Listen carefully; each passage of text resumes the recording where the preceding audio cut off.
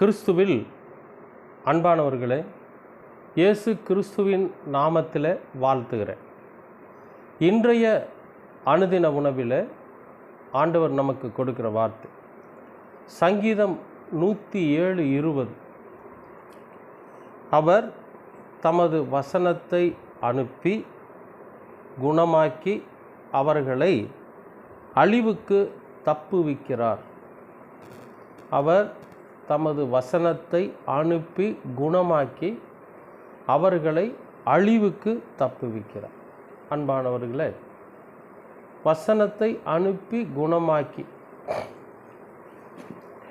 வியாதிப்பட்டவர்களுக்கு கர்த்தருடைய வசனம்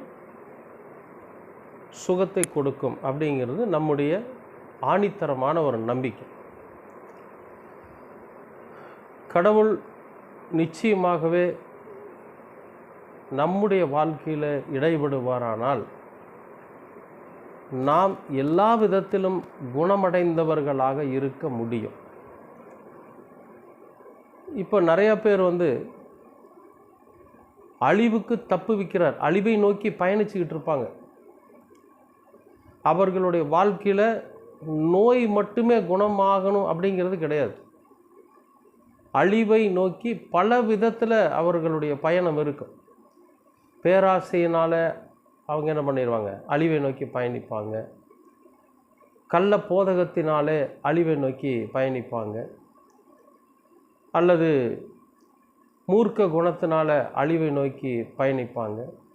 கெட்ட சிந்தனைகளினாலே, கெட்ட எண்ணங்களினாலே அழிவை நோக்கி பயணிப்பாங்க. பாவம் செய்கிறதுனாலே, மீறுதல் செய்கிறதுனாலே அழிவை நோக்கி பயணிப்பாங்க.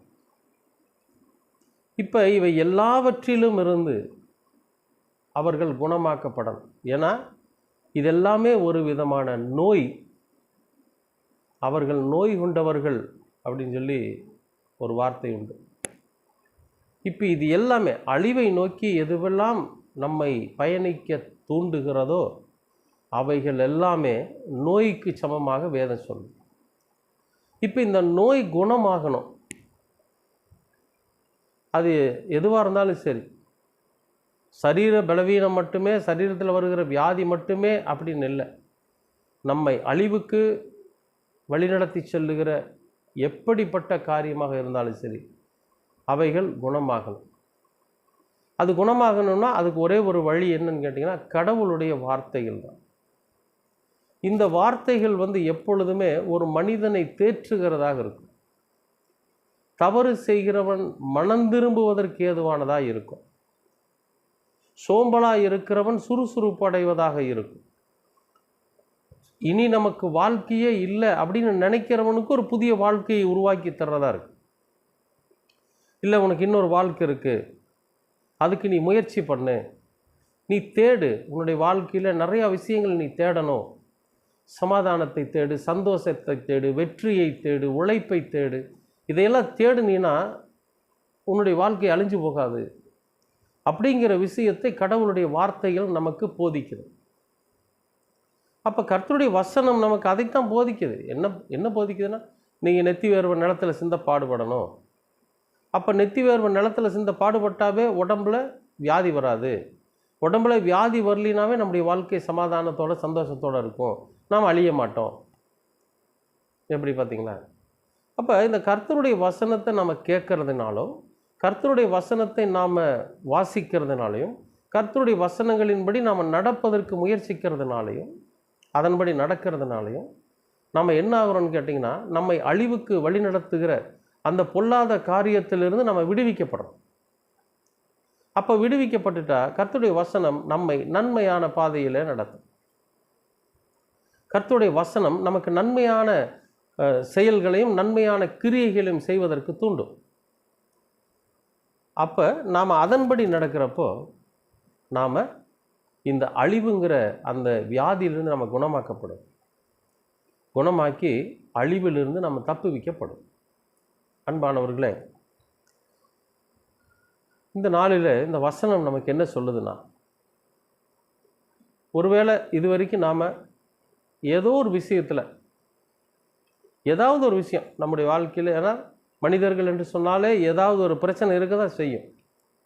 அப்போ ஏதாவது ஒரு பிரச்சனையில் நாம் சமாதானம் இழந்து, ஏதாவது ஒரு பிரச்சனையில் நம்ம சந்தோஷத்தை இழந்து நாம் நோய் கொண்டவர்களைப் போல இருப்போமேயானால் கர்த்தருடைய வசனம் உங்களை குணமாக்க போகிறது.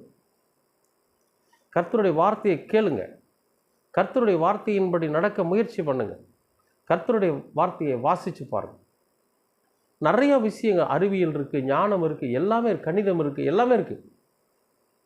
அவைகளை நாம் விசுவாசிக்கிறப்போ ஒவ்வொரு நாளும் நாம் குணமாக்கப்பட்டு கொண்டே இருப்போம். அப்போ இந்த நாம் குணமாக்கப்பட்டதுனால நமக்குள்ளே இருக்கிற நல்ல சிந்தனைகளும் நல்ல செயல்களும் நம்மை அழிவுக்கு ஒட்டாது. நாம் அழிய மாட்டோம். கடவுளுக்கு உண்மையாக இருப்போம். மற்றவர்கள் நம்மை பார்த்து நம்மை ஒரு உதாரணமாக வைத்து வாழ்கிற அளவுக்கு நம்முடைய வாழ்க்கை இருக்கும். அன்பானவர்களே, நிச்சயமாகவே ஏதாவது ஒரு சூழ்நிலையில், ஏதாவது ஒரு காரியத்தில் நீங்கள் சமாதானம் இழந்திருப்பீர்களா? இன்றைக்கு கர்த்தர் உங்களை குணமாக்குவார். இன்றைக்கு கர்த்தர் உங்களை குணமாக்கி அழிவிலிருந்து உங்களை தப்புவிக்க போகிறார். நிச்சயமாகவே கர்த்தர் அதை உங்களுடைய வாழ்க்கையில் செய்வார். அன்பின் பரலோக பிதாவே, அருமையான நல்ல இந்த அனுதின உணவிலே நீர் கொடுத்த இந்த வார்த்தைக்காக நன்றி.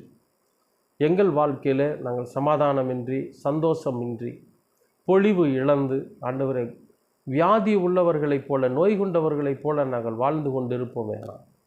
கர்த்தர் எங்களை குணமாக்க வேண்டுமாய் செபிக்கிறோம்.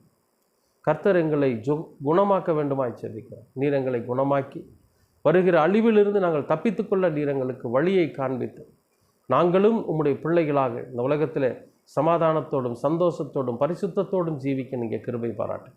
இதோ உம்முடைய வசனங்கள், உம்முடைய வார்த்தைகள் எங்களை குணமாக்குகிறது. ஆண்டவரே, உம்முடைய வசனங்கள் எங்களை வழிநடத்துகிறது.